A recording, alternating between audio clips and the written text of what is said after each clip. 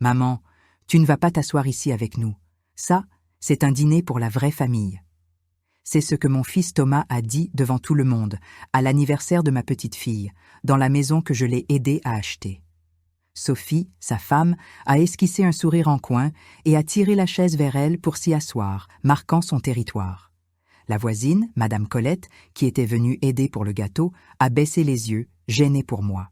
Le beau-frère de Thomas a fait semblant d'être absorbé par son téléphone portable, faisant défiler l'écran sans rien regarder. Le soleil de l'après-midi traversait la baie vitrée du salon, mais moi, j'ai ressenti un froid glacial m'envahir les os. Thomas a croisé les bras et m'a fixé, me regardant comme si j'étais une étrangère qui demandait une faveur indue. Sophie a posé sa main sur son épaule, un geste protecteur, comme pour dire qu'ils étaient eux deux contre le monde, et que j'étais le monde dont il fallait se défendre. J'ai pris une profonde inspiration, j'ai saisi mon sac à main et je suis sortie sans répondre, sans dire un mot. De l'extérieur, je paraissais ferme, solide.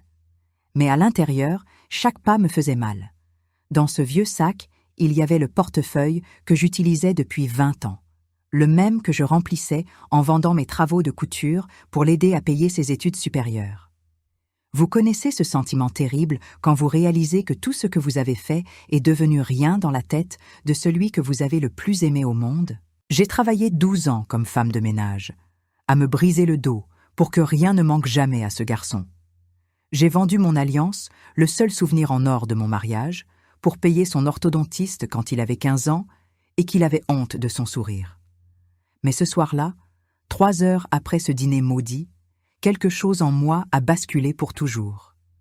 J'ai découvert ce qu'ils me cachaient depuis des mois, une vérité qui couvait sous leur faux sourire. Et quand j'ai découvert ça, j'ai décidé solennellement que je ne serais plus jamais traitée de cette façon, ni par lui, ni par personne.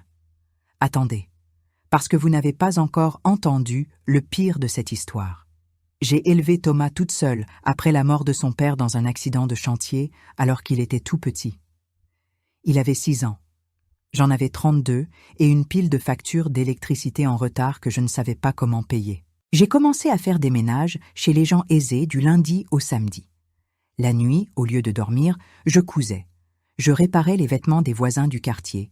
Je faisais des ourlets de pantalons. J'ajustais des robes de soirée pour les dames qui voulaient paraître élégantes. Je dormais très peu, parfois 4 heures seulement, mais Thomas n'a jamais manqué d'un cahier dans son cartable, ni d'un stylo pour écrire. Il y a 3 choses que je n'oublierai jamais, tant que je vivrai. La première, c'est quand il a été reçu à son concours d'entrée. Je n'avais pas l'argent pour les frais d'inscription. J'ai vendu mon alliance et 2 autres bagues fines qui appartenaient à ma mère, que je gardais comme des reliques. Je lui ai remis l'argent liquide dans une enveloppe blanche et je lui ai dit que c'était le fruit d'un travail supplémentaire que j'avais fait. Il n'a même pas demandé d'où venait cet argent. Il l'a pris, c'est tout. La deuxième, c'est le jour où il a obtenu son diplôme. Je suis allée à la cérémonie en bus, portant une robe que je m'étais cousue moi-même la veille, pour ne pas faire tache. Je me suis assise tout au fond de l'amphithéâtre parce qu'il n'y avait plus de place devant, les meilleures places étaient déjà prises. Quand ils ont appelé son nom, j'ai tellement pleuré que la dame assise à côté de moi, une inconnue, m'a offert un mouchoir en papier. La troisième, c'est quand il a épousé Sophie. Elle était belle, elle s'exprimait bien, elle venait d'une famille qui n'avait jamais connu de problème d'argent. J'ai pensé que c'était une bonne chose pour lui. J'ai aidé à payer une partie de la réception, je voulais qu'il fasse bonne figure. J'ai utilisé l'argent que j'avais mis de côté pour changer ma gazinière, qui rendait l'âme. Au début, Sophie était polie avec moi, elle maintenait les apparences. Elle m'invitait à déjeuner le dimanche, comme cela se fait dans les bonnes familles. Elle me demandait si j'avais besoin de quelque chose quand elle allait au supermarché. Thomas passait à la maison au moins 2 fois par semaine, même juste pour un café rapide. Mais environ 2 ans après le mariage, les choses ont commencé à changer, lentement, comme une fissure dans un mur. Les visites sont devenues plus brèves, pressées, comme s'ils avaient toujours quelque chose de plus important à faire. Les déjeuners du dimanche sont passés à 1 fois par mois. Quand je l'appelais au téléphone, Thomas disait toujours qu'il était occupé, qu'il était au travail. Sophie a arrêté de me faire la bise. Elle se contentait d'un signe de la main de loin. J'ai cru que c'était une impression de ma part, qu'on devenait tous un peu paranoïaques. J'ai pensé qu'ils étaient juste pris par leur vie, par le travail, par la frénésie de la ville. Mais il y avait quelque chose dans l'air que je n'arrivais pas à ignorer. Une façon de me regarder. Un silence différent, pesant. Quelque chose avait commencé à changer profondément, et je ne savais pas encore à quel point c'était grave. La première fois que je m'en suis vraiment rendu compte, c'était à l'anniversaire de ma petite fille l'année précédente. J'ai su pour la fête uniquement parce que Madame Colette me l'avait raconté par hasard. Elle était allée acheter des gâteaux dans la même boulangerie que Sophie et l'avait entendu commander une grande pièce montée pour le samedi. J'ai appelé Thomas le jeudi. Il m'a dit que ce serait une petite chose, intime, juste eux trois. Il m'a dit que ça ne valait pas la peine que je traverse toute la ville en transport pour venir jusque-là. Le samedi, je suis passée devant leur maison, presque par hasard, pour déposer un petit cadeau que j'avais pris. J'ai vu le jardin rempli de monde, des ballons colorés, de la musique, des enfants qui couraient partout. J'ai sonné à la porte. Sophie a ouvert, m'a regardé avec froideur et a dit que c'était tout à fait chaotique, que je pouvais laisser le cadeau là, dans l'entrée. Elle ne m'a même pas invitée à entrer, ne serait-ce que pour un verre d'eau. 2 semaines plus tard, j'ai essayé d'appeler Thomas 3 fois. Il n'a répondu à aucun appel. Je lui ai envoyé un message demandant si tout allait bien. Il m'a répondu le lendemain. « Tout va bien, maman. Je passerai te voir plus tard. » Il n'est jamais passé. Le mois suivant, ma petite fille avait son spectacle de fin d'année à l'école. J'allais toujours à ces choses-là, je n'en ratais pas une. J'ai appelé Sophie pour demander l'heure. Elle m'a dit qu'elle ne savait pas s'il y aurait de la place pour tout le monde dans la salle des fêtes de l'école, qu'il valait mieux que je ne vienne pas pour ne pas rester dehors à attendre dans le froid. Je suis restée à la maison. J'ai vu les photos sur son profil Facebook plus tard. La salle était à moitié vide. J'ai commencé à remarquer les détails, ces petites choses que je laissais passer avant. Quand j'allais chez eux, Sophie me laissait entrer, mais elle ne m'offrait jamais le café. Elle restait debout dans la cuisine, faisant défiler son doigt sur son portable, attendant que je parte. Thomas s'asseyait sur le canapé, répondait à mes questions par des monosyllabes et gardait les yeux rivés sur la télévision. Une fois, je suis arrivée et ils étaient en train de déjeuner. Sophie n'a pas mis de couvert pour moi. Elle a dit qu'ils avaient déjà fini, mais la casserole de pâtes était encore sur la table, fumante. Je suis partie avec la faim au ventre. À Noël, j'ai demandé s'ils organisaient le réveillon. Thomas a dit qu'ils iraient chez les parents de Sophie. J'ai demandé si je pouvais venir avec eux. Il est resté silencieux pendant 5 secondes interminables et puis a dit qu'il ne savait pas si c'était possible, que la maison était petite. J'ai passé Noël toute seule en regardant une émission de variété à la télévision. J'ai commencé à conserver les choses en mémoire. Ce n'était rien de planifié au début. Je me suis juste rendu compte que je prêtais attention d'une manière différente, plus vigilante. J'ai noté sur le calendrier le jour de l'anniversaire de ma petite fille, où je n'avais pas été invitée. J'ai fait une capture d'écran du message de Thomas qui m'ignorait. J'ai mémorisé la date du spectacle de l'école où je n'avais pas pu aller. Ce n'était pas parce que je préparais une vengeance. C'était parce que j'avais besoin de me rappeler que cela se passait vraiment, que je ne l'inventais pas dans ma tête de vieille mère. En mars, Sophie a changé la serrure de la porte d'entrée. J'avais un double des clés depuis qu'ils s'étaient mariés, pour les urgences, comme c'est normal. J'ai essayé de l'utiliser un jour où je devais déposer un plat cuisiné là-bas et je n'ai pas réussi à ouvrir la porte. J'ai appelé Thomas. Il m'a dit que la serrure était défectueuse et qu'ils avaient dû la changer, qu'il me donnerait une autre clé plus tard. Il ne me l'a jamais donnée. J'ai continué d'essayer. J'appelais, j'envoyais des messages, je me présentais chez eux, toujours poli, toujours avec un motif valable. Apporter de la nourriture faite maison. Demander des nouvelles de la petite. Voir s'ils avaient eu besoin de quelque chose. Sophie a commencé à me répondre par l'interphone, sans même ouvrir le portail. Elle disait qu'elle était occupée, qu'elle me rappellerait plus tard. Elle ne rappelait jamais. Thomas a arrêté de me regarder dans les yeux. Quand je parlais, il regardait le sol, son portable, le mur, n'importe quoi pour ne pas croiser mon regard. J'ai commencé à comprendre qu'il le faisait exprès. Ce n'était pas de la distraction. Ce n'était pas la vie trépidante. C'était un choix précis. En mai, je les ai vus sortir d'un restaurant chic avec la famille de Sophie. Je revenais du marché avec mes sacs de courses. J'ai fait un signe de la main. Sophie a fait semblant de ne pas me voir. Thomas a détourné le regard et est monté rapidement dans la voiture. C'est ce jour-là que j'ai commencé à photographier les choses. Les captures d'écran des messages ignorés, les dates notées sur le calendrier, les reçus des choses que j'avais achetées pour eux. Ce n'était pas pour les utiliser plus tard, pensais-je. Je voulais juste avoir la certitude de ne pas devenir folle. Parce que plus le temps passait, plus je sentais que je m'effaçais de la vie de mon fils, comme un fantôme. Et le pire, c'est que personne ne faisait de scandale. Personne ne criait. Il m'effaçait simplement, un morceau à la fois, en silence. C'est en juin que j'ai découvert le premier vrai mensonge. Je rangeais mes vieux papiers administratifs quand j'ai trouvé le reçu du virement que j'avais fait à Thomas 12 ans plus tôt.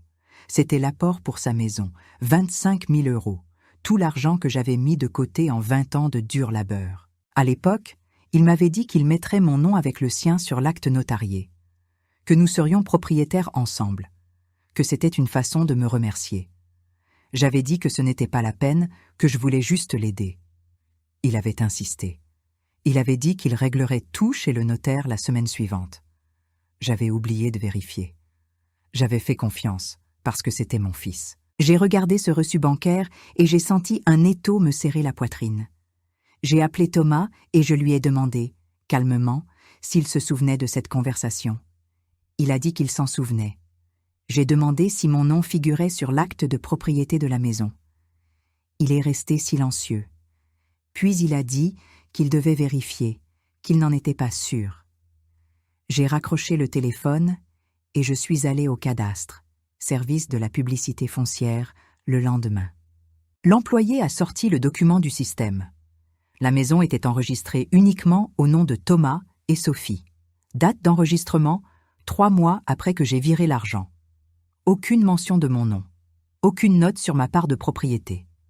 J'ai demandé une copie officielle et j'ai payé la taxe. Je l'ai rangée dans une chemise cartonnée que j'ai cachée au fond de l'armoire sous les couvertures d'hiver. 2 jours plus tard, je suis retournée chez eux sans prévenir. J'avais besoin de comprendre. J'ai sonné à la porte. Sophie a ouvert. J'ai demandé si je pouvais parler à Thomas. Elle a dit qu'il était sorti. J'ai demandé quand il rentrerait. Elle a dit qu'elle ne savait pas. J'ai vu sa voiture garée dans l'allée. Je suis restée là, figée, quelques secondes, incrédule. Sophie a croisé les bras. J'ai dit que j'allais attendre. Elle a dit que ça prendrait du temps. Elle m'a fermé la porte au nez. Je suis partie, mais quelque chose en moi s'était brisé. Ce n'était plus seulement de la douleur ou de la déception. C'était de la colère. C'était la certitude qu'il y avait autre chose qui n'allait pas. Je suis retournée à la banque où j'avais fait le virement des années plus tôt. J'ai demandé le relevé de compte complet de cette année-là. La guichetière a imprimé 4 feuilles. Je les ai rapportées à la maison et j'ai commencé à lire ligne par ligne. En plus des 25 000 € de l'apport, j'avais fait 3 autres virements plus petits. Un de 2 000 €, un autre de 1 500, un autre de 1 000. Toujours à Thomas, toujours à sa demande, toujours avec une excuse. Une facture en retard, un problème de voiture, le dentiste de la petite. Je n'avais jamais réclamé cet argent. Cela ne m'avait même pas traversé l'esprit. J'ai tout additionné. Environ 30 000 € au total. Pratiquement tout ce que j'avais économisé en une vie entière. J'ai commencé à tout photographier. Les relevés bancaires, le reçu de l'apport de la maison, la copie de l'acte foncier, les vieux messages où il me demandait de l'argent. J'ai tout enregistré dans un dossier sur mon portable et j'ai envoyé une copie sur mon adresse e-mail par sécurité. En juillet, j'ai vu une annonce dans un journal local d'annonces immobilières. Leur maison était à vendre. J'ai senti le sol se dérober sous mes pieds. J'ai appelé Thomas. Il n'a pas répondu. J'ai envoyé un message. « J'ai vu que vous vendiez la maison, c'est vrai ?» Il a répondu le lendemain. « On y réfléchit. Pourquoi ?» J'ai écrit. « Parce que j'ai aidé à payer cette maison. 25 000 € d'apport. » Il a mis 2 heures à répondre. « Maman, c'était il y a longtemps. On te remercie, mais la maison est à nous. » J'ai serré le portable si fort que j'ai failli fendre l'écran. Je n'ai pas répondu. Je suis allée à l'agence immobilière qui publiait l'annonce. J'ai fait semblant d'être une acheteuse intéressée. L'agent m'a montré les photos. La maison était magnifique, rénovée. parquet neuf, cuisine moderne, prix de vente, 350 000 €. J'ai demandé qui était le propriétaire. Elle a donné les noms, Thomas et Sophie. Aucune mention de moi. J'ai remercié et je suis sortie. Ce soir-là, je me suis assise à la table de la cuisine et j'ai tout étalé devant moi. Documents, relevés, captures d'écran, reçus. Je suis restée à fixer ce tas de papiers pendant des heures. J'avais donné 30 000 € à mon fils. Il allait vendre la maison pour plus de 300 000 €. Et je n'allais pas voir un centime en retour. Pire que ça, je n'allais même pas être consultée, même pas remerciée. J'avais été effacée jusqu'aux documents officiels. C'est à ce moment-là que j'ai compris. Il ne me traitait pas mal par hasard ou par distraction. Il me traitait mal parce qu'il était plus facile de me jeter que de me payer ce qui m'appartenait. Et c'est cette même nuit que j'ai décidé que je ne laisserais plus jamais passer tout cela en silence. L'anniversaire de ma petite fille était le samedi suivant. Je n'y suis allée que parce que j'avais reçu une invitation imprimée dans ma boîte aux lettres. Cela m'a semblé étrange, car il n'avait jamais envoyé d'invitation papier avant. Mais c'était là, avec mon nom écrit à la main d'une belle calligraphie. Date, heure, adresse. J'ai acheté un cadeau. Un grand ours en peluche que je l'avais vu regarder dans une vitrine en centre-ville. J'ai dépensé plus que je ne pouvais me permettre. Je me suis arrangée avec la meilleure robe que j'avais.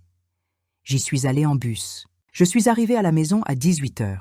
Le jardin était plein. Il y avait une vingtaine d'invités. Des enfants qui couraient partout. Une grande table dressée sous la véranda, des ballons accrochés. De la musique pop qui sortait des enceintes. Je suis entrée avec le cadeau à la main, me sentant déplacée. Madame Colette aidait à installer la table du gâteau. Elle m'a vue et m'a souri, mais a tout de suite détourné le regard, comme si elle savait quelque chose. Le beau-frère de Thomas était dans un coin avec son téléphone. Sophie est venue vers moi. Elle a pris le cadeau de mes mains, sans remercier, et l'a posé sur la pile près de la table, comme si c'était un paquet quelconque. Elle a dit que je pouvais faire comme chez moi. Elle m'a tourné le dos et est allée parler avec ses amies, toutes élégantes. Je suis restée là, figée, au milieu du jardin, sans savoir où aller. Personne n'est venu me parler. Je me suis assise sur une chaise en plastique près du muret de clôture. Thomas est passé devant moi en portant un plateau de boisson. Je l'ai appelé. Il s'est arrêté, m'a regardé et a dit « Salut maman !» sur le même ton qu'il utiliserait avec une vague connaissance croisée par hasard. J'ai demandé s'il avait besoin d'aide. Il a dit non et il est parti. À 19 h, ils ont appelé tout le monde à table. Madame Colette a commencé à organiser les chaises. Je me suis levée et je me suis dirigée vers la table, moi aussi. C'est alors que Thomas a levé la main et a dit à voix haute, pour que tout le monde entende, « Maman, tu ne vas pas t'asseoir ici avec nous. Ça, c'est un dîner pour la vraie famille. » Les conversations se sont arrêtées net. La musique continuait de jouer, mais plus personne ne l'écoutait. Tout le monde me regardait. Sophie a souri d'un air narquois et a tiré vers elle la chaise où j'allais m'asseoir. Elle s'y est installée. Elle a croisé les jambes. Elle est restée à me fixer comme si elle attendait que je sorte de scène. Madame Colette a baissé la tête et a fait semblant d'ajuster sa serviette avec grand intérêt. Le beau-frère de Thomas a continué à regarder son portable, mais j'ai vu qu'il ne tapait plus rien. Il ne faisait que dissimuler son malaise. J'ai senti les yeux de tous posés sur moi. La chaleur m'est montée au visage. Ma gorge s'est nouée. J'ai serré l'anse de mon sac avec force pour ne pas faire trembler ma main. Thomas a croisé les bras et est resté là, immobile, debout, à côté de Sophie, comme s'il me protégeait d'elle. Au lieu de cela, il la protégeait de moi. J'ai respiré à fond. J'ai relevé le menton. J'ai regardé mon fils et j'ai dit à voix basse, juste pour qu'il entende, « D'accord. » Je me suis retournée et j'ai marché jusqu'au portail. Personne ne m'a raccompagnée. Personne ne m'a demandé de rester. J'ai entendu un enfant demander « C'était qui cette dame ?» et une voix répondre « Personne d'important. » J'ai fermé le portail doucement, sans le claquer. J'ai marché jusqu'à l'arrêt de bus, les jambes tremblantes. Je me suis assise sur le banc et je suis restée là, à regarder le bitume. La rue était silencieuse. Le vent bougeait les feuilles des platanes. J'entendais le son étouffé de la fête venant de l'intérieur de la maison. J'ai pris mon portable et j'ai ouvert le dossier où j'avais sauvegardé tous les documents. Les relevés bancaires, les virements, le document du cadastre. Je suis restée à regarder ces images et j'ai senti quelque chose de différent dans ma poitrine. Ce n'était plus seulement de la douleur, c'était de la détermination. 3 heures après ce dîner, j'ai passé le premier coup de fil. Je suis arrivée chez moi à 21h.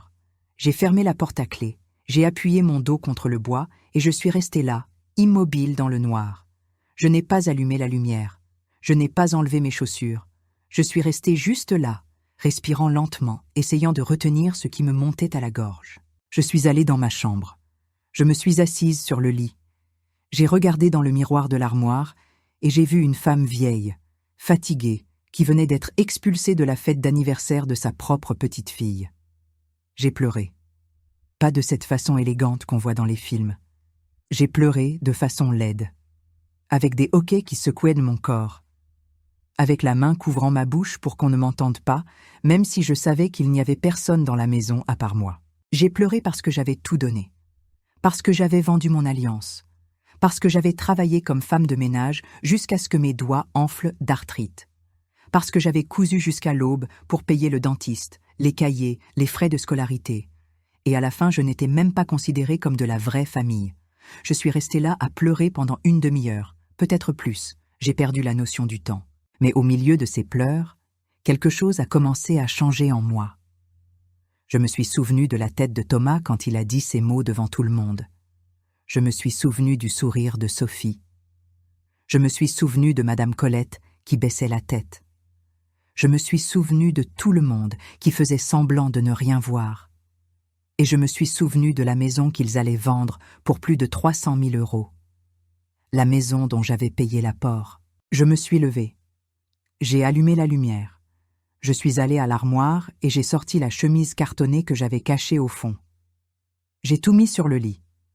Documents, relevé bancaire, reçu, capture d'écran des messages, copie de l'acte foncier, annonce de l'agence immobilière. Je me suis assise sur le lit et j'ai commencé à tout organiser. J'ai trié par date. J'ai mis les virements dans l'ordre chronologique. Le premier de 25 000 €, puis celui de 2 000, celui de 1 500, celui de 1 000. J'ai pris une vieille calculatrice que j'avais dans le tiroir et j'ai tout additionné de nouveau. 29 500 €. Je suis allée à la cuisine, j'ai pris un stylo et un cahier. Je suis retournée dans la chambre. J'ai commencé à écrire. J'ai écrit la date de chaque virement, le montant, le motif que Thomas m'avait donné à l'époque. Apport maison, facture en retard, dentiste de la petite, problème auto. J'ai écrit combien d'années j'avais travaillé pour réunir cet argent. 20 ans, 12 ans de ménage, 8 ans de couture, samedi, dimanche, jour férié. J'ai écrit ce qu'il avait promis. Je mettrai ton nom sur la maison, maman. C'est à nous. Tu auras toujours une place garantie ici. J'ai écrit ce que j'avais reçu en retour. Rien, moins que rien. De l'humiliation. Je suis restée à regarder ces notes, ces chiffres, ces reçus. Et c'est à ce moment-là que j'ai compris une chose fondamentale. Je n'étais pas folle. Je n'inventais rien. Je ne faisais pas la comédie. J'avais les preuves. J'avais les documents. J'avais les dates. J'avais les montants exacts. J'avais des témoins, si besoin n'était. J'ai pris mon portable. J'ai ouvert la galerie photo. J'ai compté combien d'images j'avais sauvegardées. 37. Relevé, conversation, reçu, document du cadastre, annonce de la maison. J'ai ouvert mes emails et j'ai vu que j'avais envoyé une copie de tout à moi-même. Tout était là. En sécurité. Archivé. J'ai respiré à fond. J'ai pris l'invitation imprimée que j'avais reçue par la poste. L'invitation à l'anniversaire. J'ai regardé mon nom écrit à la main. Je l'ai mise avec le reste des documents. Je me suis levée et je suis allée au tiroir de la cuisine où je gardais les vieux papiers. J'ai cherché jusqu'à ce que je trouve ce que je cherchais. Une feuille que Thomas m'avait montrée quand il avait acheté la maison. Un brouillon, une note. Il avait écrit à la main. Apport, 25 000 €. Aide maman. Mettre son nom sur l'acte. Je n'y avais jamais vraiment prêté attention. Mais c'était là. Écrit de sa main. Je l'ai photographié, je l'ai sauvegardé, je l'ai envoyé sur mon email. Je me suis rassise. J'ai regardé tout ce que j'avais organisé. Ce n'était pas rien, c'était beaucoup. C'était une preuve suffisante. Mais j'avais besoin d'une autre chose. J'avais besoin de savoir exactement combien valait cette maison aujourd'hui. J'avais besoin de savoir s'ils l'avaient rénovée avec l'argent de la banque ou s'ils avaient utilisé quelque chose qui était à moi. J'ai pris mon portable et je suis allée sur le site de l'agence immobilière. J'ai copié l'annonce complète. J'ai sauvegardé les photos de la maison. J'ai lu la description, maison rénovée, 3 chambres, 2 salles de bain, cuisine américaine, terrasse aménagée. Terrasse aménagée, cuisine américaine. Je me suis souvenu de la vieille cuisine qu'il y avait quand ils l'avaient achetée. Je me suis souvenu du carrelage cassé, de la salle de bain avec les infiltrations. Ils avaient tout rénové. Avec quel argent? J'ai noté cette question sur le cahier. J'ai regardé l'horloge. 23h30. J'ai repris mon portable. J'ai ouvert Google. J'ai tapé « Comment prouver donation argent à son fils en France ?» J'ai lu 3 articles juridiques. J'ai noté les points principaux. Relevé bancaire, libellé du virement, témoin, conversation par message, accord manuscrit, reconnaissance de dette, don manuel.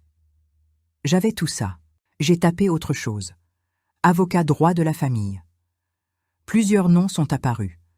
Des cabinets associés, des avocats réputés. Je n'en connaissais aucun.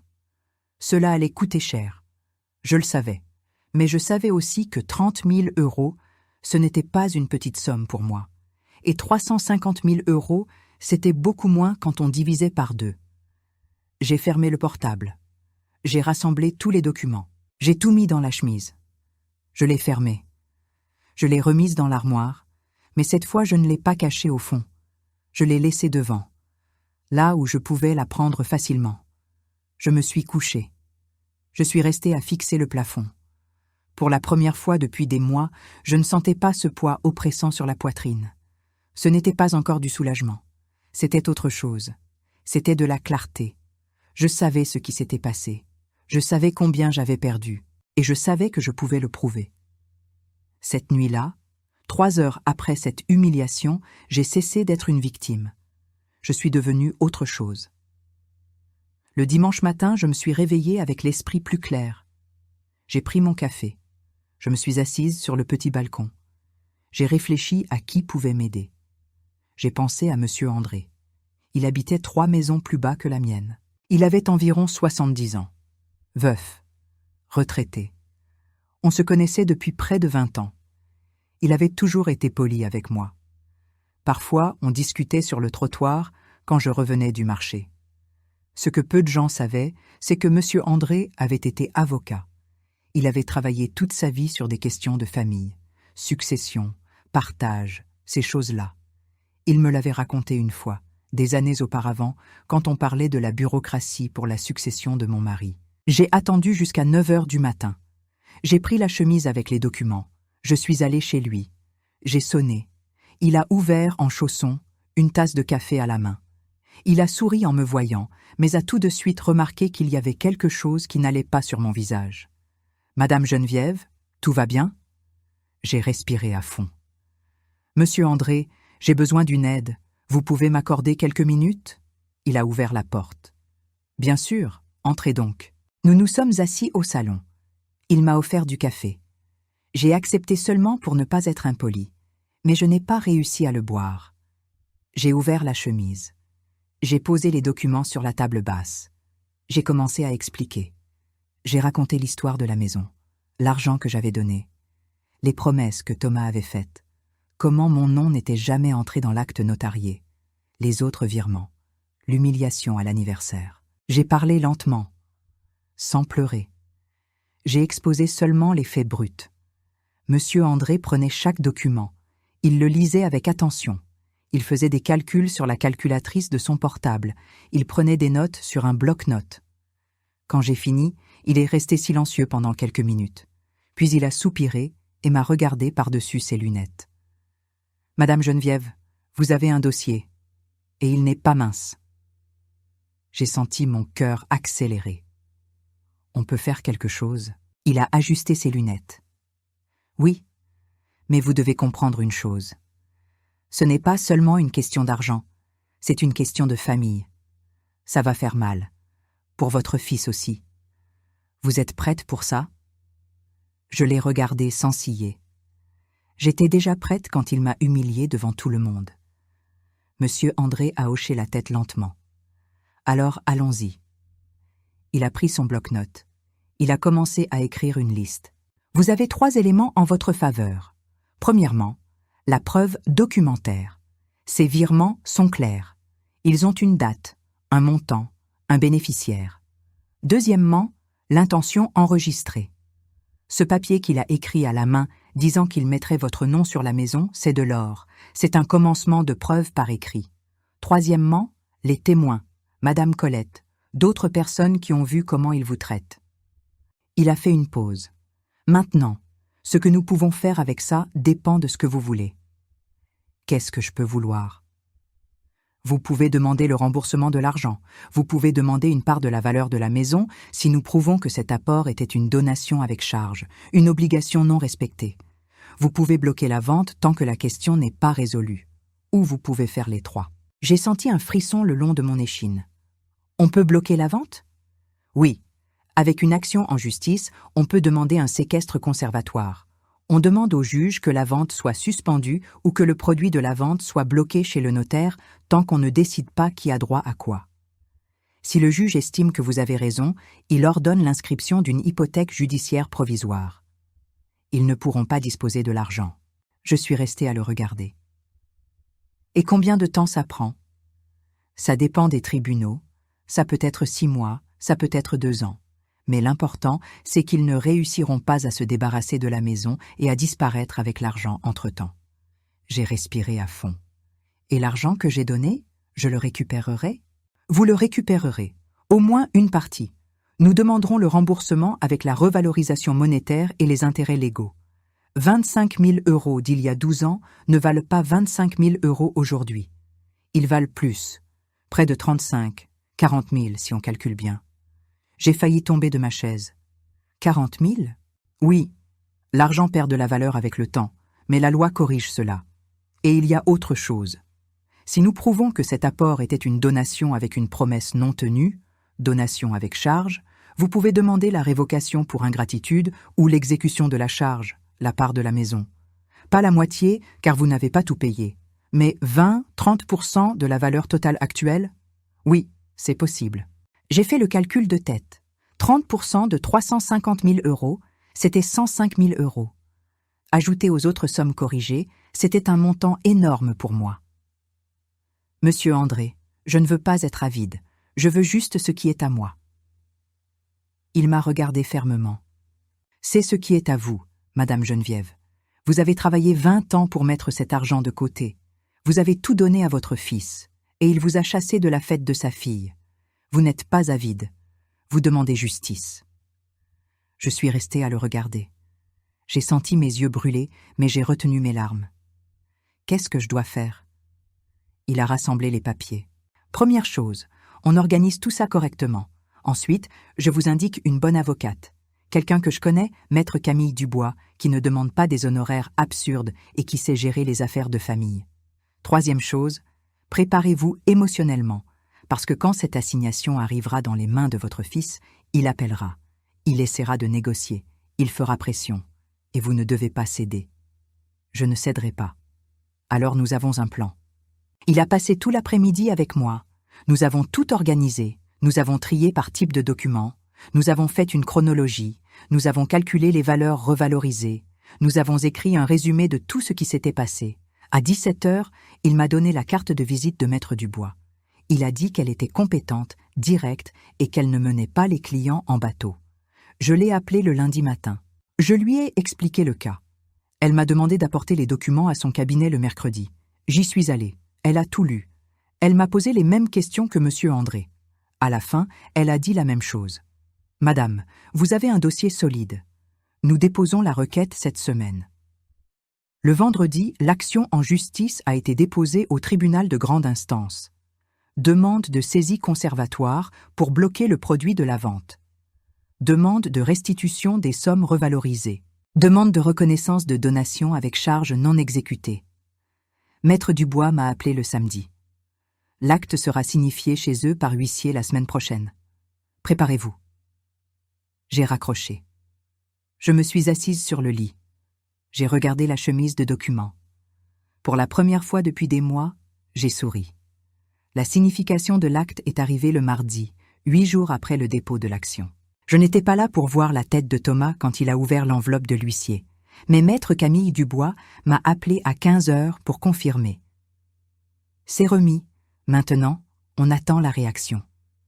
J'ai raccroché et je suis restée assise dans le salon, silencieuse, respirant doucement. Je savais qu'il allait appeler. C'était une question de temps. Le téléphone a sonné à 18h30. Son numéro, j'ai laissé sonner 4 fois avant de répondre. « Allô Thomas ?» Il n'a pas dit bonjour. Il a commencé tout de suite en criant. « C'est quoi cette histoire de procès? Tu es devenue folle ?» Je n'ai pas crié en retour. J'ai parlé bas. Calme. Je veux juste ce qui est à moi. À toi? Tu as donné cet argent? C'était un cadeau. Tu ne peux pas le réclamer maintenant? Tu as dit que tu mettrais mon nom sur la maison. Tu ne l'as pas fait? Tu as dit que c'était à nous? Tu as menti. Maintenant, je veux mon argent revalorisé. Il est resté silencieux pendant 3 secondes. Puis, sa voix a changé. Elle est devenue plus basse, plus contrôlée, plus menaçante. Tu vas le regretter. J'ai déjà regretté beaucoup de choses, Thomas. Mais ça, je ne le regretterai pas. Il m'a raccroché au nez. Je suis restée à regarder le portable. Ma main ne tremblait pas. Mon cœur battait fort, mais il était ferme. Les jours suivants, je me suis préparée. J'ai relu tous les documents. J'ai appris par cœur les chiffres. J'ai appris par cœur les dates. Si quelqu'un m'avait demandé les yeux fermés combien j'avais viré en juin 2014, je savais répondre. 5 000 € pour cette facture en retard dont on ne m'avait jamais montré le justificatif. Maître Dubois m'a appelé le jeudi. Ils ont déposé leurs conclusions en réponse. Ils nient que c'était une donation avec charge. Ils disent là que c'était une aide spontanée. Ils vont soutenir que vous n'avez jamais rien réclamé avant. Et maintenant? Maintenant, on réplique. On montre le papier qu'il a écrit à la main. On montre les messages. On montre la façon dont il vous a traité. Cela aide à prouver la mauvaise foi ou l'ingratitude. Elle a fixé une audience de conciliation pour le 15, 1 mois et demi après l'action. C'est une tentative d'accord avant que le procès ne suive son cours. Ils seront là. Vous serez là. Le juge tentera de faire arriver tout le monde à un compromis. Je ne veux pas de compromis. Je veux mon argent. Je sais, mais on y va. Ça fait partie de la procédure. J'ai raccroché et je suis allée à l'armoire. J'ai ouvert. J'ai regardé mes vêtements. J'ai choisi un chemisier bleu marine, simple, sans motif, un pantalon noir, des chaussures plates et fermées. Rien de voyant. Rien qui donne l'impression que j'essayais d'impressionner quelqu'un. J'ai repassé le chemisier. J'ai ciré les chaussures. J'ai tout laissé prêt sur la chaise. La nuit avant l'audience, je n'ai pas réussi à bien dormir. Je suis restée à répéter dans ma tête ce que je dirais si le juge me demandait quelque chose. « Pourquoi avez-vous donné cet argent, madame ?»« Parce que je suis sa mère, parce qu'il me l'a demandé, parce qu'il a promis que j'aurais une place garantie. » « Vous attendiez-vous à quelque chose en échange ?»« Je m'attendais au respect. Je m'attendais à être traitée comme de la famille. Je ne l'ai pas été. »« Voulez-vous vraiment poursuivre cela ?»« Je le veux. Il m'a humiliée. Il m'a tout pris. Et maintenant, il veut vendre la maison que j'ai aidé à payer sans rien me donner. Oui, je veux continuer. » Je me suis levée à 5 heures du matin. J'ai pris ma douche. Je me suis habillée. J'ai attaché mes cheveux. J'ai mis un peu de rouge à lèvres clair. Je me suis regardée dans le miroir. J'ai vu une femme différente de celle qui avait pleuré dans ce lit des semaines auparavant. Je n'étais plus vieille, ni fatiguée. J'étais ferme, décidée. J'ai pris mon sac. J'ai mis la chemise de documents dedans. Je suis sortie de la maison à 7h30. Le tribunal était de l'autre côté de la ville. J'ai pris 2 bus. Je suis arrivée 40 minutes avant l'heure fixée. Je me suis assise sur le banc du couloir. Je suis restée à regarder les gens qui passaient, des avocats en robe noire, des familles entières, des gens qui pleuraient, des gens qui se disputaient. À 9h15, maître Camille Dubois est arrivée. Elle s'est assise à côté de moi, elle a posé une main sur mon épaule. Prête? J'ai respiré à fond. Prête. À 9h30, ils sont arrivés. Thomas, Sophie et leur avocat. Thomas m'a vu. Il a détourné le regard immédiatement. Sophie m'a toisé de haut en bas et a chuchoté quelque chose à son oreille. Je n'ai pas détourné le regard. Je suis restée à le fixer jusqu'à ce qu'il soit obligé de me regarder à son tour. Quand nos yeux se sont croisés, j'ai vu de la peur. Et c'est à ce moment-là que j'ai su. J'allais gagner. Ils nous ont appelés à 10h. Une petite salle. Une table ovale. Le juge d'un côté. Nous de l'autre. Je me suis assise en face de Thomas. Maître Dubois est resté à ma gauche. De l'autre côté de la table, Thomas, Sophie et leur avocat.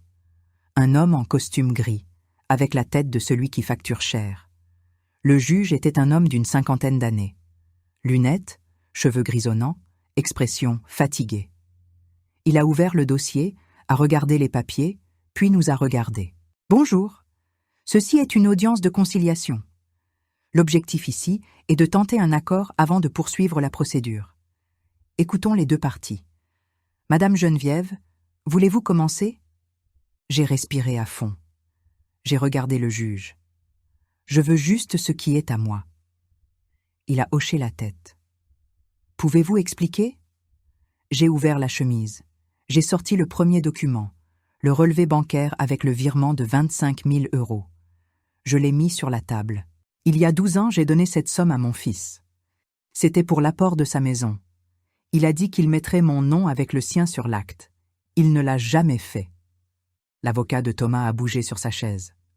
Monsieur le juge, c'était une donation spontanée, don Manuel. Il n'y avait aucun accord formel. Je n'ai pas attendu que le juge réponde. J'ai sorti le deuxième document, le papier écrit à la main par Thomas. Ceci est son écriture. Il l'a écrit lui-même, mettre son nom sur l'acte. Ce n'est pas un contrat notarié, mais c'est une promesse écrite. Le juge a pris le papier.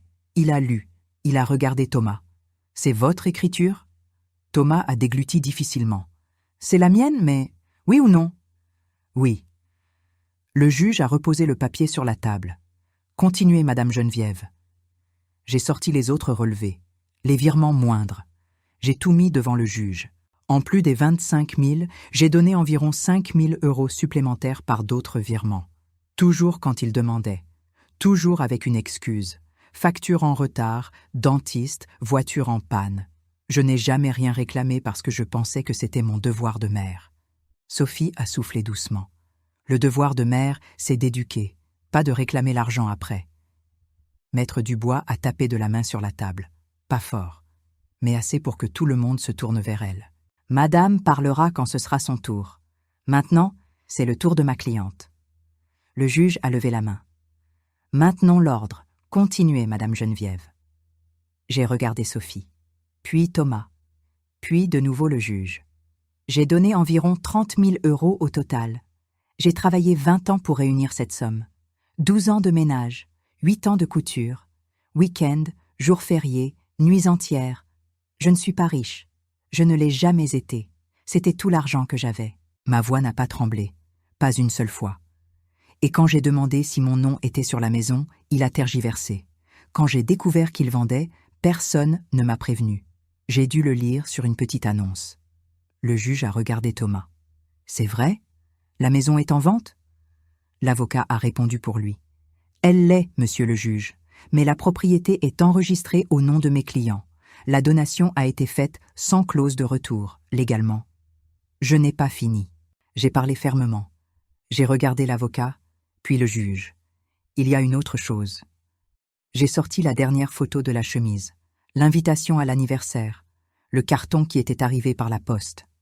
Ceci est l'invitation à la fête de ma petite fille. Elle est arrivée chez moi une semaine avant. J'y suis allée. J'ai acheté le cadeau. Je me suis bien habillée. Je suis arrivée là-bas et mon fils a dit, devant tout le monde, que je ne m'assierais pas avec la famille, que c'était un dîner pour la vraie famille. J'ai mis l'invitation sur la table. Le juge l'a prise. Il a lu. Il est resté silencieux. J'ai continué. Il m'a chassée de la fête de sa fille, devant 20 personnes. Je suis sortie de là humiliée. Et 3 heures plus tard, j'ai découvert que la maison que j'avais aidé à payer était en vente pour 350 000 €. Et je n'allais pas voir un centime. Le silence dans la salle était lourd comme du plomb. Le juge a ôté ses lunettes. Il les a nettoyées avec le bout de sa cravate. Il les a remises. Il a regardé Thomas. « Avez-vous quelque chose à dire ?» Thomas a regardé son avocat. L'avocat a fait un signe de tête. Thomas a respiré à fond. « C'est ma mère. Je la remercie pour tout ce qu'elle a fait. Mais cet argent a été donné. Elle n'a jamais rien demandé en retour avant. On ne peut pas débarquer 12 ans après pour réclamer la caisse. » J'ai ri. Ce n'était pas exprès. C'est sorti tout seul. Le juge m'a regardé. « Madame trouve cela drôle ?»« Non, monsieur. Je trouve ça triste. Triste parce que j'ai élevé cet homme toute seule. J'ai payé l'école, les études, le dentiste, le mariage. Et maintenant, il est assis ici devant moi à dire que je n'ai pas le droit de demander ce qui est à moi. » J'ai regardé Thomas, droit dans les yeux. « Tu m'as promis. Tu l'as écrit à la main. Tu as dit que j'aurais une place garantie. J'y ai cru. Et tu as menti. » Thomas a détourné le regard. Sophie s'est penchée sur la table. « Nous n'avons pas l'obligation d'entretenir madame pour toujours. Nous avons notre vie, nos projets. » Maître Dubois a ouvert la bouche pour répondre, mais j'ai levé la main. Elle s'est arrêtée. J'ai regardé Sophie. « Je n'ai jamais demandé à être entretenue. J'ai demandé à être respectée. J'ai demandé à être prévenue quand ma petite fille fêtait son anniversaire. J'ai demandé à m'asseoir sur une chaise à sa fête. Je n'ai pas demandé d'argent.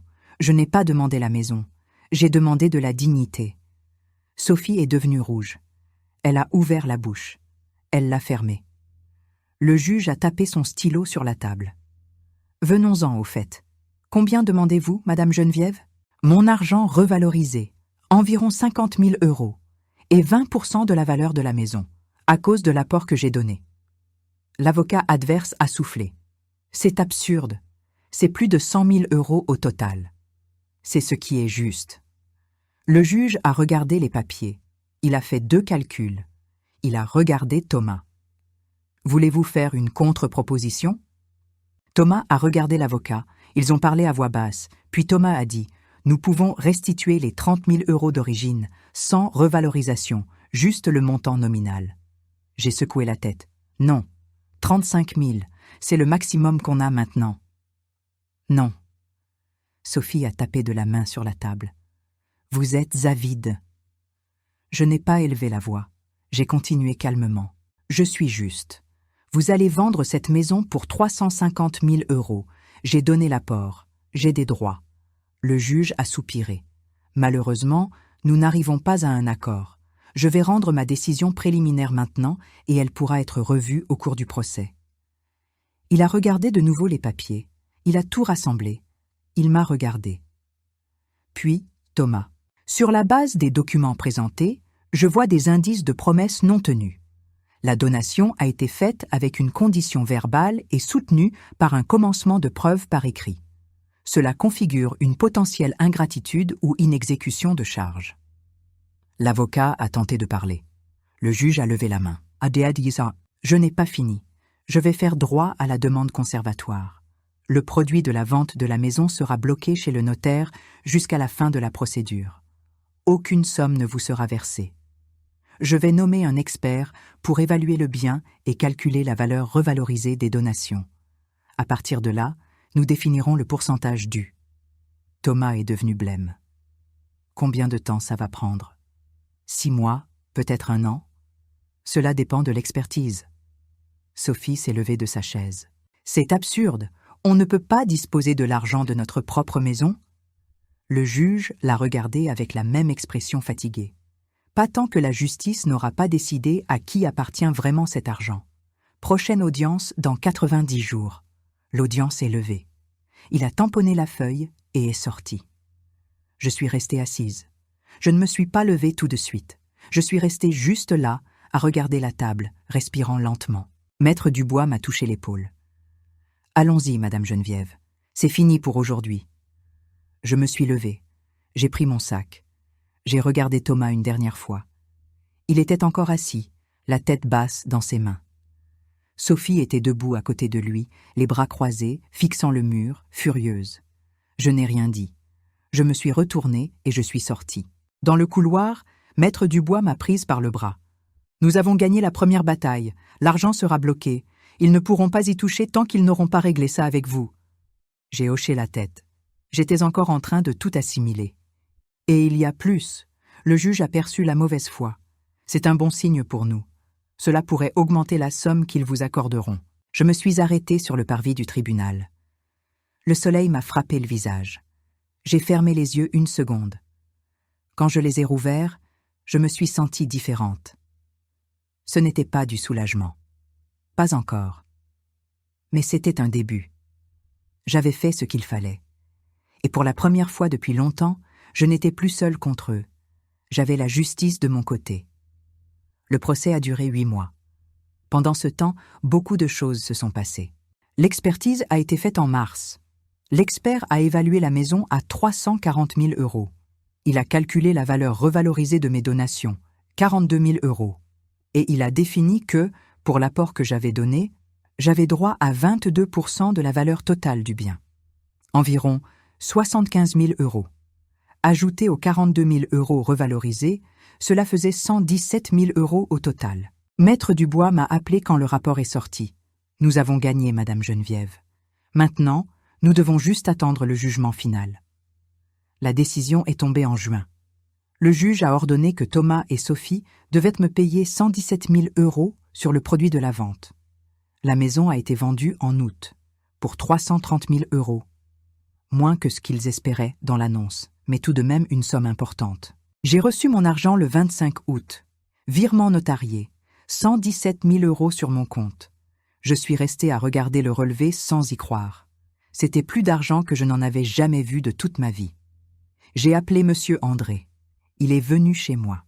Nous nous sommes assis sur le balcon. Nous avons pris le café. Il m'a souri et a dit « Je vous avais dit qu'on y arriverait. » Merci, Monsieur André. Sans vous, je n'aurais même pas commencé. Il a secoué la tête. Vous aviez déjà tout, Madame Geneviève. Je vous ai juste montré le chemin. Thomas a essayé de me parler 2 fois après le jugement. La première fois, c'était un message. « Maman, il faut qu'on parle. » Je n'ai pas répondu. La deuxième fois, c'était un appel. J'ai répondu. Il a dit qu'il voulait s'expliquer, que les choses avaient dérapé, que Sophie lui avait mis des idées dans la tête. Je l'ai laissé parler. Quand il a fini, j'ai dit « Thomas, tu m'as humilié devant tout le monde. Tu as menti. Tu m'as effacé. Et maintenant, tu veux que je croie que c'était entièrement la faute de Sophie ?» Il est resté silencieux. J'ai continué. « Tu es un adulte, tu as fait des choix, et maintenant tu en paies les conséquences. Je n'ai plus rien à te dire. » J'ai raccroché. Il n'a plus rappelé. Sophie aussi a subi des conséquences. Elles n'ont pas été que financières. Après que l'histoire s'est ébruitée, et ça s'ébruite toujours, dans une petite commune tout le monde finit par savoir, sa réputation en a pris un coup. Ses amis ont commencé à la regarder différemment. Sa famille l'a appris. Son père, que je n'avais rencontré qu'une seule fois, m'a arrêté dans la rue et m'a demandé pardon. Il a dit qu'il ne savait pas que sa fille me faisait subir de telles choses. Je l'ai remercié, mais je n'ai pas pardonné. Ce n'était pas avec lui que j'avais des comptes à régler. Thomas et Sophie ont déménagé dans une autre ville, plus au nord. Ils ont loué une maison plus petite. Je le sais parce que Madame Colette me l'a dit. Elle l'avait vu sur le Facebook de Sophie. Je ne les ai pas suivis. Je n'ai rien voulu savoir d'autre. En septembre, j'ai pris la première décision concernant cet argent. J'ai acheté une maison, petite, un 2 pièces, chambre, salon, cuisine, un petit jardinet, dans un quartier tranquille, près du marché et de l'église. J'ai tout payé comptant, 85 000 €, dans une région plus abordable. Quand je suis entrée pour la première fois avec les clés à la main, je me suis assise sur le sol du salon vide et j'ai pleuré. Mais pas de tristesse, de soulagement. Pour la première fois de ma vie, j'avais une maison qui était vraiment à moi. Personne ne pouvait me l'enlever. Personne ne pouvait la vendre. Personne ne pouvait me chasser. Je l'ai meublée petit à petit. J'ai acheté l'essentiel. Lit, canapé, table, cuisinière. Pas de luxe, mais tout choisi par moi. J'ai gardé le reste de l'argent à la banque. 32 000 €. Une partie est restée sur un livret A. Une partie, je l'ai mise dans une assurance vie que le conseiller m'a recommandée. Rien de risqué. Juste quelque chose qui protège de l'inflation. Pour la première fois, j'avais une réserve. J'avais la sécurité. En octobre, j'ai fait un voyage. Seule. Je suis allée voir la mer. Je suis restée 5 jours dans une petite auberge simple, face à l'océan. Je me réveillais tôt, je prenais mon petit déjeuner en regardant les vagues, je marchais sur le sable.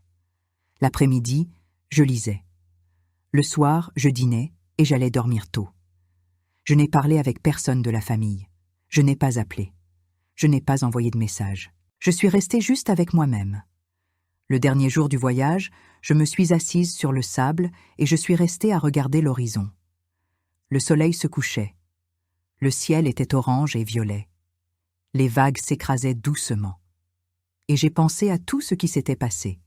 À l'humiliation, à la douleur, à la découverte, au procès, à la victoire. Et j'ai compris une chose. Je n'avais pas besoin de Thomas pour être heureuse. Je n'avais pas besoin de son approbation. Je n'avais pas besoin d'être dans sa vie pour avoir de la valeur. J'avais déjà de la valeur. Je l'ai toujours eue. Je l'avais juste oubliée. Je suis rentrée à la maison différente, plus légère, plus ferme. J'ai recommencé à fréquenter la paroisse, une chose que j'avais arrêtée depuis des années. Je me suis liée d'amitié avec un groupe de dames qui se réunissaient tous les mardis pour faire du tricot et du crochet. Nous vendions nos ouvrages à la kermesse et partagions les recettes pour des œuvres caritatives. Ce n'était pas pour l'argent, c'était pour la compagnie. En décembre, ma petite fille m'a envoyé un message. Elle avait déjà 14 ans. Elle a dit qu'elle avait tout découvert par son grand-père, le père de Sophie. Qu'elle était vraiment désolée, qu'elle ne savait rien. Je l'ai cru. Elle était une enfant quand tout est arrivé. Ce n'était pas sa faute. Nous nous sommes retrouvés dans un centre commercial. Nous avons pris une glace. Nous avons parlé. Elle m'a raconté l'école, les amis, ses projets. Je lui ai raconté ma nouvelle maison, mon voyage à la mer, les amis de la paroisse. Quand nous nous sommes dit au revoir, elle m'a serré fort et a dit « Mamie, je t'aime ». Je l'ai serrée et j'ai dit « Moi aussi je t'aime, ma fille ». Elle a demandé si elle pouvait venir me voir. J'ai dit oui, mais j'ai été claire, seulement elle. Ses parents n'étaient pas les bienvenus. Elle a compris. Aujourd'hui, 1 an et demi après cette humiliation à l'anniversaire, je vis seule dans ma maison. Je me réveille tôt, je prends mon café, je m'occupe de mon jardinet, je vais à l'église, je retrouve mes amis. Je ne suis pas riche, mais je n'ai pas non plus de problème de fin de mois. Je n'ai pas une grande famille réunie chaque dimanche, mais j'ai la paix. Et vous savez quoi? La paix vaut plus que n'importe quel dîner de famille hypocrite. Thomas ne m'a pas encore demandé pardon sincèrement. Je pense qu'il ne le fera jamais. Mais je n'ai plus besoin de ça. J'ai déjà clos ce chapitre toute seule. Parfois, quand je suis assise sous le porche de ma maison, en regardant le jardin, je me souviens de cette nuit-là. La nuit où je suis sortie humiliée de la fête. La nuit où j'ai pleuré dans mon lit. La nuit où j'ai organisé mes documents et où j'ai décidé que j'allais me battre. Et je remercie le ciel d'avoir eu du courage. Parce que si je ne m'étais pas battue, aujourd'hui je serais sans argent, sans maison, et je serais encore traitée comme une moins que rien. Mais je me suis battue, j'ai gagné, et j'ai reconstruit. Et s'il y a une chose que j'ai apprise de tout ça, c'est que nous ne pouvons jamais laisser quiconque nous prendre ce qui est à nous. Pas l'argent, pas la dignité, pas le respect. Parce qu'à la fin, ce que nous avons vraiment, c'est ce que nous conquérons de nos propres mains, et personne ne peut nous l'enlever. Si cette histoire t'a touché, dis-moi en commentaire de quelle ville tu me parles. Et reste avec moi pour les prochaines vidéos qui vont s'afficher à l'écran. Quelqu'un pourrait avoir besoin d'entendre ça aujourd'hui.